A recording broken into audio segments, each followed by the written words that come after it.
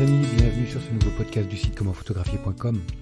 Alors aujourd'hui, petit podcast, on va parler de la photo de mariage, même si la saison bat son plein, c'est le genre de choses qu'on doit parler mariage vers février-mars pour que tout le monde puisse attaquer en avril-mai. Bon, bien que maintenant les mariages se fassent un peu toute l'année, mais je voulais revenir avec vous sur mes mauvaises expériences. Mauvais souvenirs, enfin bon, toute proportion gardée, rien de grave bien sûr, mais des expériences qui vous permettront, j'espère, de ne pas vivre la même chose de votre côté.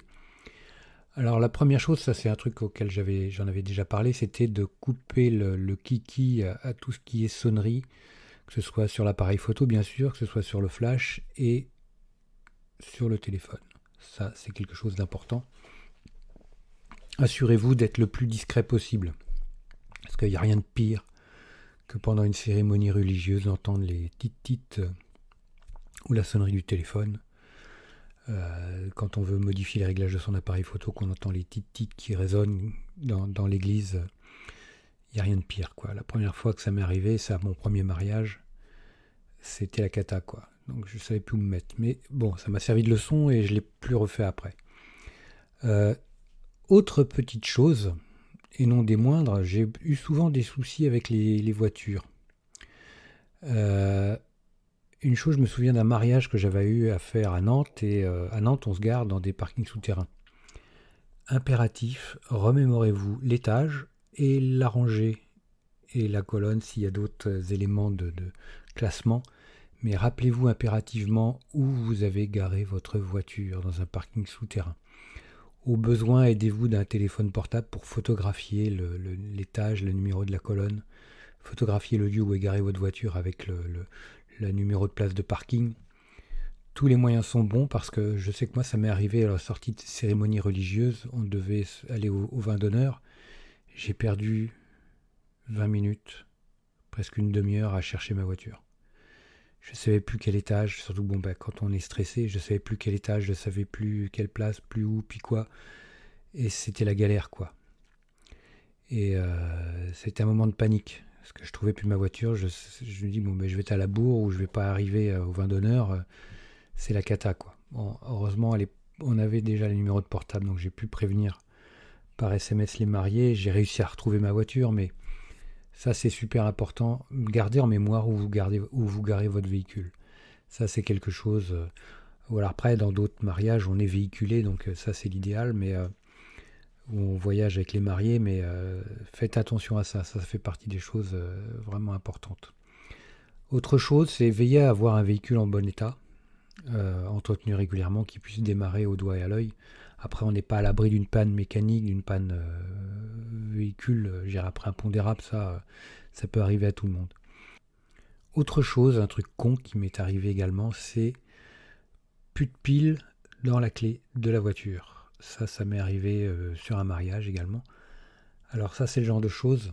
Depuis, j'ai toujours une petite clé en plastique, une clé physique dans mon portefeuille pour pouvoir ouvrir ma voiture si jamais, et la démarrer, si jamais ma clé venait à rendre l'âme. Alors après, c'est pas toujours évident. Moi, je sais que chez Volkswagen ou chez Audi, il y a toujours ce genre d'accessoires, chez Volkswagen aussi. Donc, ou sinon, faites-vous un double des clés ou quelque chose, une clé physique.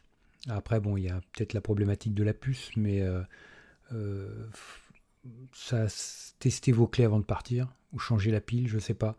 Mais moi je sais que c'est le genre de truc, quand la clé ne fonctionne plus, qu'on ne peut plus redémarrer sa voiture, c'est quand même un peu galère et on vit un grand moment de solitude. Donc j'ai réussi à avoir du monde pour me véhiculer, mais la voiture est restée là. Mais ça fait partie des choses qui sont... Déjà qu'on est stressé pour faire le boulot, c'est un stress qui est sain, mais là après c'est du stress qui est négatif, quoi, parce ça vient se surrajouter et là on est vraiment en galère, quoi. Donc ça, c'est le genre de choses qu'il faut bien évidemment tout faire pour ne pas vivre dans ces conditions-là. Autre chose également, quand on est accaparé par des gens qui viennent vous voir pour discuter photo, il y a des gens qui sont passionnés par la photo et qui sont contents de pouvoir échanger avec un ou une professionnelle. faut pas oublier qu'on est en prestation, donc on est au boulot, et qu'il faut ne pas trop s'attarder avec ce type de conversation parce que nous on a un job à faire. On n'est pas là pour discuter, on n'est pas payé pour discuter avec les gens. On est payé pour faire notre job, c'est faire des photos. Donc gentiment mais fermement, coupez court à la discussion, faites bien comprendre à la personne, j'irai la réalité. Ça aurait été avec un grand plaisir que j'aurais pu échanger avec vous, mais vous voyez, aujourd'hui, je dois faire mon job, j'ai des photos à faire, donc je vous prie de m'excuser, mais il faut que j'y retourne. Voilà, tout simplement. Il faut être franc, mais ferme. Il n'y a rien de pire que d'avoir quelqu'un qui vous tient la jambe, qui vous parle de son matériel, qui vous parle de ses difficultés, qui vous parle de ceci, de cela. Nous, on n'est pas là pour ça. Donc c'est vraiment quelque chose on doit être, ferme, tact et diplomatie. Ça c'est toujours important avec le sourire, avec gentillesse, mais on doit couper court à ce genre de choses. Autre petit détail, mais qui a de l'importance, ayez toujours une tenue de rechange dans votre voiture, parce que il peut arriver que pendant le reportage, moi je me souviens une fois pendant le vin d'honneur, je me suis fait asperger les gens du service, je me suis pris un plateau sur le dos. J'étais en train de faire mes photos et je me suis pris un plateau avec plein de coupes à champagne sur le dos, quoi. Donc c'est pas quelque chose d'agréable et ça colle un peu, donc ça fait partie c'était un accident, voilà. Le serveur a été bousculé, une maladresse, on va dire, et puis bon, c'est des choses qui peuvent arriver. Celui qui n'a pas fait les saisons en tant que serveur, j'ai été serveur aussi quand j'étais beaucoup plus jeune en saison, donc je peux comprendre que c'est des choses qui arrivent, ça m'était déjà arrivé, mais prévoyez de quoi vous changer. Ça fait partie des choses importantes pour qu'on ait toujours un peu l'air présentable, quoi, dans son travail. Donc après ça prend juste 10 minutes, un quart d'heure vite fait, histoire de sécher pour une serviette, une chemise, un pantalon, et on y va, quoi. Donc toujours prévoir un peu de quoi se changer au cas où, en cas d'incident, en cas d'accident. Après ça fait partie ça n'arrive, pour certains ça n'est jamais arrivé, certains n'ont jamais eu de problème comme ça. Moi je sais que j'ai souvent eu des petits impondérables, des petites anicroches, des petits soucis, mais en dehors du matériel ou avoir 2 boîtiers, 2 flashs, c'est le b.a.-ba. Mais il faut aussi également prévoir un peu des petits accessoires qui vont vous aider, des tenues de rechange, ce genre de choses. Donc soyez vigilants.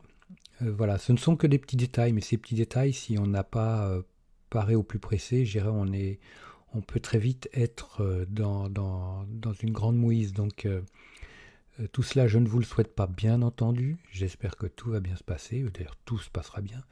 Et puis, n'hésitez pas, un petit like, ça me fera super plaisir, je vous like super fort. N'hésitez pas à partager si vous aussi vous avez des astuces, si vous avez vécu des expériences un peu similaires. N'hésitez pas à nous les partager en commentaire, ça sera très sympa. N'hésitez pas à vous abonner, n'hésitez pas à laisser plein d'étoiles, un petit commentaire, un petit like. Et puis, je vous dis à très vite. Ciao les amis. Dernière petite chose avant de se quitter, si ce n'est pas déjà fait, je vous encourage à faire partie de ma liste de contacts pour bénéficier de conseils quotidiens, d'astuces photographiques, de choses vraiment utiles et intéressantes à connaître, à savoir, ou à se faire rafraîchir la mémoire sur certains sujets. Il y a toujours un intérêt à avoir un petit lien entre nous au niveau quotidien. Il y a aussi quelques réclames commerciales, je dirais, de temps en temps. Voilà, donc n'hésitez pas à aller voir sur les formulaires du site comment-photographier.com. Vous en avez sur les articles au niveau de la colonne de droite ou autrement en bas d'article, vous avez des formulaires un peu partout et vous pourrez comme ça ainsi faire partie de la liste de contacts. Autre chose également, actuellement il y a 50% de réduction sur toutes les formations du site comment-photographier.com. Donc vous allez sur le site comment-photographier.com et vous allez sur la page formation tout simplement, ou alors comment-photographier.com/formation photo. Mais allez sur le site, ça sera beaucoup plus simple. Donc vous avez 50% avec le code 50 en chiffres arabes et Vous pourrez bénéficier de toutes les formations à moitié prix. Vous avez une quarantaine de formations sur la photo de paysage, vous avez des formations sur le portrait, vous avez des formations sur les photos d'enfance, sur les photos flash, sur la photo culinaire, j'en passe et des meilleurs les amis.